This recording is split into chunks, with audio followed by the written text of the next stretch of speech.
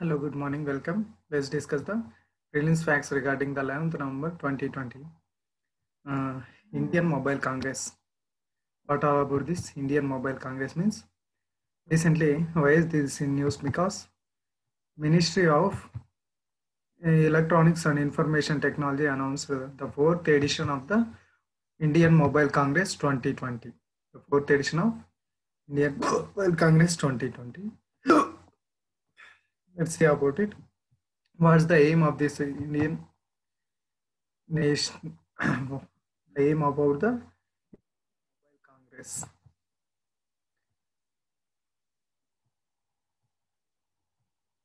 Coming to the aim of the Indian Mobile Congress, it aims to foster international regional cooperation and inspire the schemes of the India's mobile technology digital connectivity.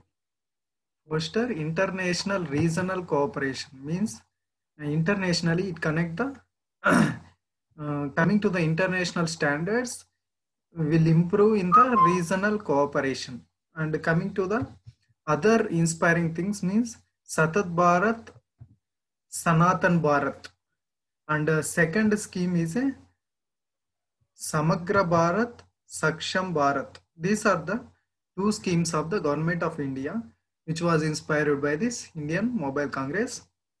And coming to the first thing, that is Satat Bharat, Sanatan Bharat, which is connect digitally inclusivity to 6 lakh villages of the India with optical fiber. That means by using this optical fiber, 6 lakh villages are provided with digital network. And coming to the Samagra Bharat, Saksham Bharat, it encourages entrepreneurship and innovation in the digital technology by the intervention of the driving investments and facilitate supportive and regulatory framework. That means the new companies are invited by the investments and supportive regulatory frameworks provided by the some ministries, corresponding ministries. What are the involved bodies in this Satat Bharat, Sanatan Bharat means it is jointly organized by the Department of Telecommunications and the another body, that is Cellular Operators Association of India Court. And the theme of this is inclusive innovation, smart, secure and sustainable. This is the theme of the this Samagra Bharat, Saksham Bharat. And coming to the next body, that is the Cellular Operators Association of India, COI. COI was constituted in 1995 and registered as a non-governmental society. Its vision to establish India a global leader of mobile communications. Vision is making India global leader of the mobile communications infrastructure and products. And coming to the next thing, that is a National Agriculture Higher Education Policy. Recently, ICAR has recently launched 11,000 crore rupees for its ambitious National Agriculture Higher Education Policy. That means higher education in the agriculture field. This project aims to develop in this for this 11,000 crores has been sanctioned by the ICAR.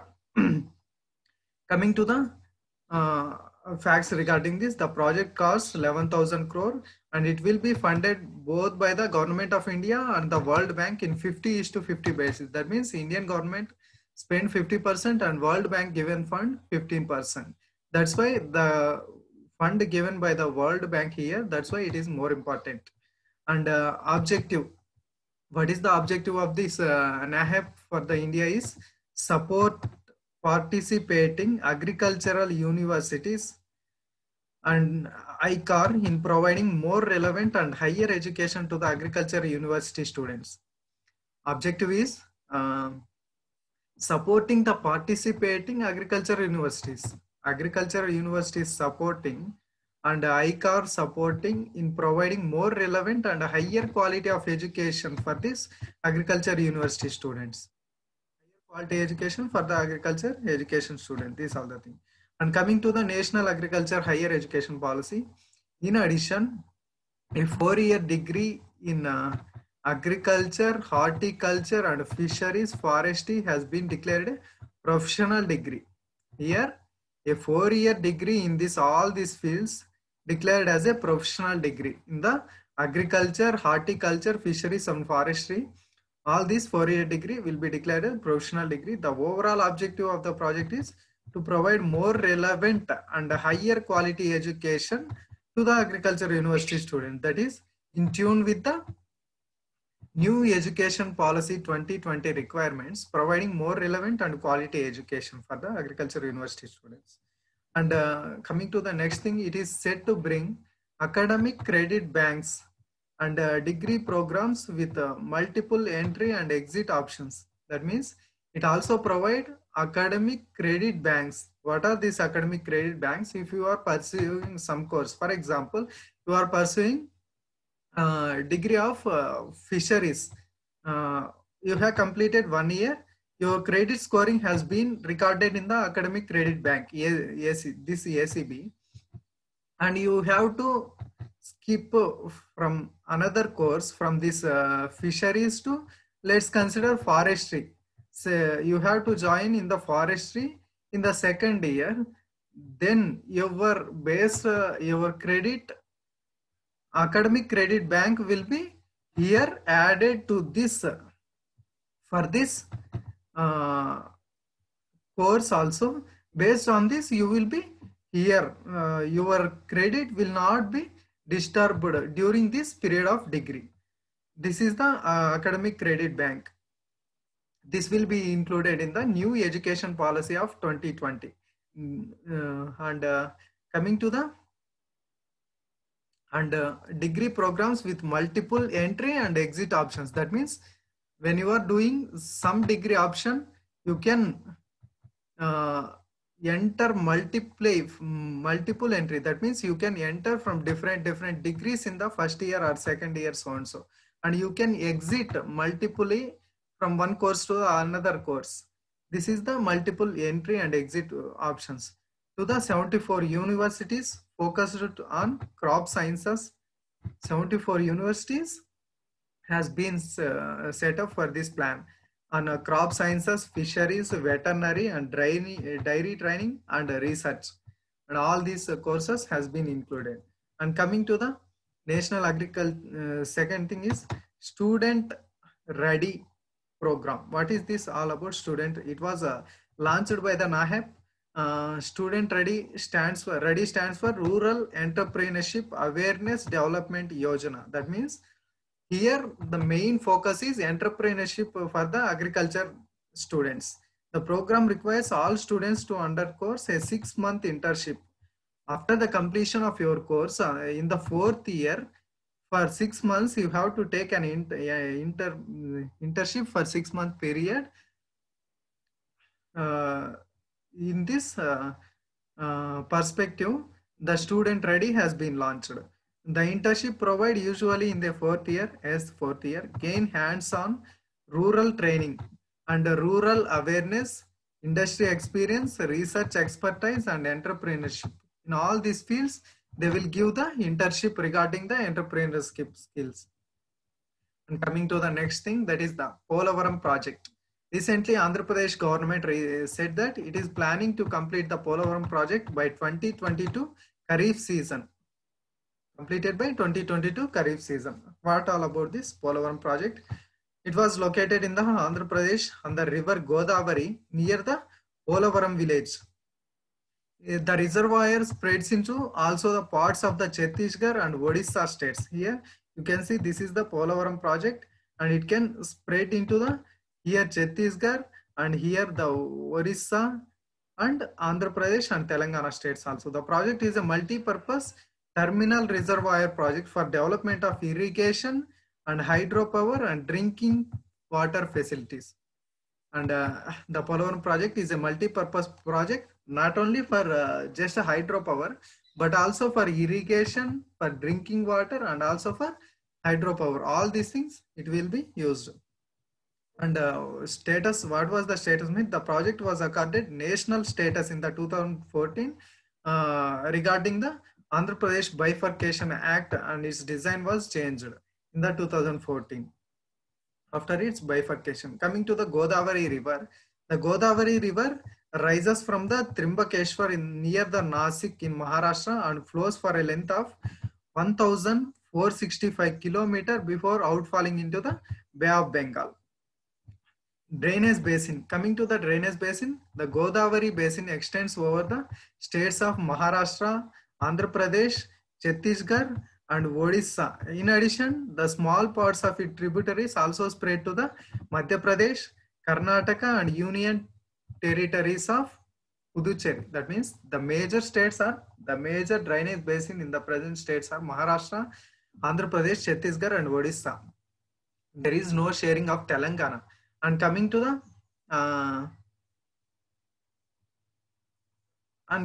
the other things, in addition to smaller parts, it also covers the states of Madhya Pradesh, Karnataka, and Union Territory of Puducherry. Sorry, just a minute. It will also cover the Telangana.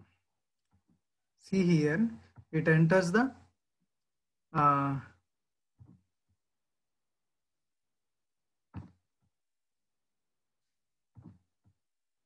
here the Maharashtra, the Godavari river starts here.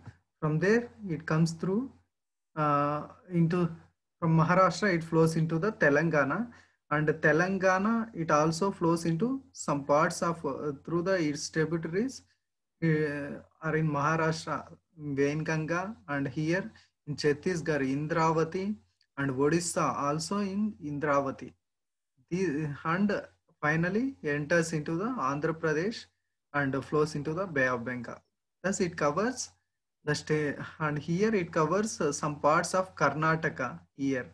That's why it covers the states of Maharashtra, Karnataka, Telangana, Chhattisgarh, Orissa, and also Andhra Pradesh, and finally the Bay of Bengal. And some parts of Odisha, Puducherry here. The Yanam is present here. That's why it covers the Union Territory of Puducherry. Apart from this, it covers what all the things means. Karnataka, Madhya Pradesh, and also some parts of Madhya Pradesh at its origin. Where it is? Here. From the starting point through the Vainganga, it covers the some parts of the Madhya Pradesh. That's why the minor regions are Madhya Pradesh, and here Karnataka, and here Puducherry.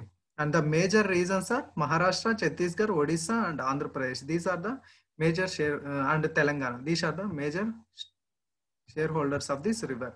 And coming to the next things, the tributaries of this river Godavari are Pravara, Purna, Manjira, Penganga, Varada, Vainganga, and Pranahita, Indravati, and Manner, and Sabri or Sabari. This Pranahita is a combined flow of Vainganga, Penganga, and Varada. These three combined form the Pranahita. Pranahita is a combined flow of Vainganga, Penganga, and Varada. That's why Penganga, Varada, Vainganga, these three combined to form Pranahita. That's why Pravara, Purana, Manjira, Pranahita, Indravati, Mannir, and Sabari. And coming to the next thing, that is Lady of Beitikov. Recently, German researchers piecing together the life of prehistoric women from a skeleton during an excavation. Recently, German researchers researching about the prehistoric women from a skeleton during their excavation in the Germany. They find some of the facts. The skeleton of this woman believed to be died more than 5,000 years ago in the Neolithic period. And researchers named her name as a Lady of the Beitikov. Beitikov is a village name in the northeastern Germany's Uckermark region. That's why her name was she given with the name of Lady of Betikov. This is the village name of Eastern Germany's Uckermark region. And the skeleton has been buried in a settlement in the squatting position, and one of the oldest known forms of the burial. The squatting position is the one of the oldest forms of the burial. What is this all about? Squatting position. This is the squatting position. That means here the knees are likely to be bent. Here the knees are likely to be bent, and the this dead body is sitting like a bending knees and in the position of a sitting position. This is called the squatting posture or squatting position of the burial position. The investigations have shown that she was about 30 to 45 years old and died more than 5,000 years ago. And the Lady of Bedkov's teeth has been severely eroded, missing completely in some places. Based on the researchers have come to an interesting conclusion that she might have consumed certain grains and that were very rich in fiber and very hard, cause the teeth to wear out easily. And it was during the Neolithic period that humans first introduced grains into their diet. This is important. During the Neolithic period, the humans first introduced the grains into their diet. And since they could be stored more easily than meat, because the grains are more easily stored when compared to the meat, and could also be used as a means of payment, and it is also used as means of payment as a exchange thing. And however, this led to the deterioration of people's general health. By consuming these grains improperly leads to the deterioration of the people's general health. And coming to the Neolithic era, the time span between the of the Neolithic age India was around 7,000 BC to 1000 BC. This period 7,000 BC to 1000 BC is considered as the Neolithic period, and the Neolithic age was preceded by the Mesolithic age. That means first Mesolithic age, then Neolithic age, then comes after Chalcolithic age. The Neolithic era succeeded by Chalcolithic age. First 9000 BC to 4000 BC, this period is Mesolithic era.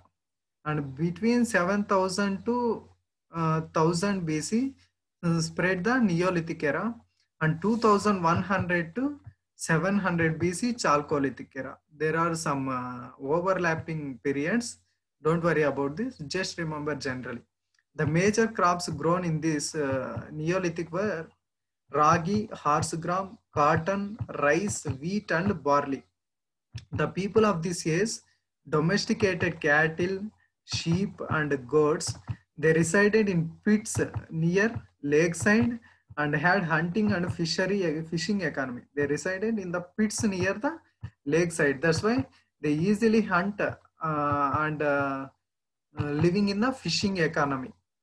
The people used microlithic blades in addition to the tools made of polished stones and as well as bones. Apart from the polished stones and bones, they also use microlithic blades in the Neolithic era. And coming to the other things, the pottery was first appeared in this age.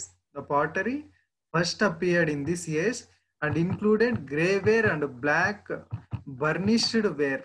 Grayware and black burnished ware. This the grayware. And some important sites of the Neolithic settlements are Mehergarh, located in the Baluchistan of Pakistan, and Burjoham in Kashmir, and Gufkral in Kashmir, and Chirand in Bihar, and Utnur in the state of Andhra Pradesh. And coming to the, this is the grayware or black polished ware. And coming to the saffron, next thing is saffron. Why is this in news? Because the saffron bowl, which was so were confined only to the Kashmir may soon expand to the northeast of India. Plants from seeds transported from the Kashmir to the Sikkim and acclimated there, now flowering in Yengyang in the southern part of the northeast state. From Kashmir to these seeds are transported to the Sikkim and acclimatized here to the suitable conditions, and now they are flowering in the Yangyang region of the southern part of this northeastern state of Sikkim. Coming to the saffron cultivation is believed to have been introduced in Kashmir by the Central Asian immigrants. First, the saffron was brought out by the Central Asian immigrants in the 1st century BCE. It has been associated with traditional Kashmiri cuisine.